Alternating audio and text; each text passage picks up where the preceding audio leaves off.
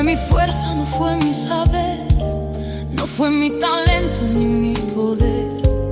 Todo lo que soy, todo lo que tengo, vino de un Dios que ha sido mi aliento. Gracias por tu amor que nunca falla.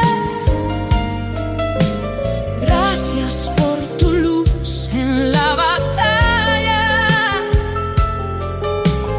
Gracias por cuidar mi caminar. Gracias por no dejarme naufragar. Hola, buenos días, buenas tardes, buenas noches, según me veas. Ese es un poema que compuse para toda aquella gente que sufre en silencio, que se preocupa de los demás y no se preocupa por sí mismo y es desinteresado. Yo te voy a leer el principio y he puesto unos minutitos más para que tú puedas leerlo bien. Mira, aprendemos a no soltar. Nosotros, nosotras, sufrimos en silencio y nadie nos lo reconoce. Es lo que yo llamo sufrir en silencio. A partir de aquí, lee tú. Y bueno, lo he hecho ahora así de memoria, pero si te quieres leerlo entero, da tiempo. Bueno, te dejo con la música y con tu lectura. Adiós.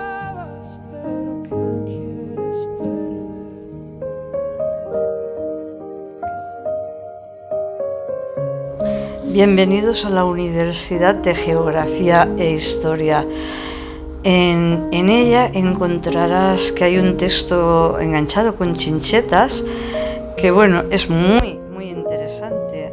Es lo que la universidad, el decano y todas las personalidades que en ella hay han diseñado para el proyecto de El sueño de Simón Bolívar. Te dejo con las imágenes, la música y cuando llegue el texto te he dejado tiempo para que lo puedas leer. Ahora llega, ahí va, te dejo.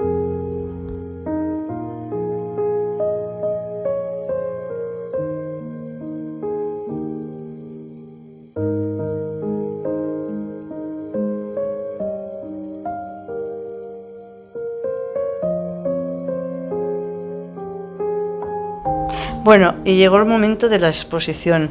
Yo en el proyecto, el gran proyecto del sueño de Simón Bolívar, presento mi obra Hermandades. Son varios brazos enlazados y manos unidas y pensé en ello, en Hermandades, pensando en los países latinoamericanos y la búsqueda del libertador de Simón Bolívar de unirlo. Hay sus detractores a favor.